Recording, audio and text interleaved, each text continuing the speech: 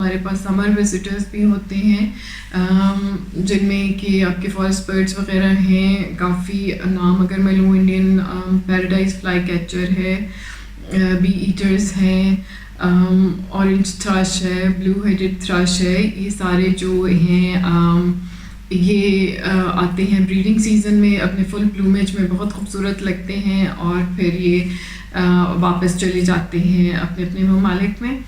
جو سائبیریا سے آتے ہیں یہ تقریباً سارے پانی کے پرندے ہیں جن میں بہت بطخوں کی بہت قسمیں ہیں, مرغابیاں ہیں, کونج ہے. افسوسناک بات یہ بھی ہے کہ ادھر ان کو اتنا تحفظ نہیں دیا جا رہا.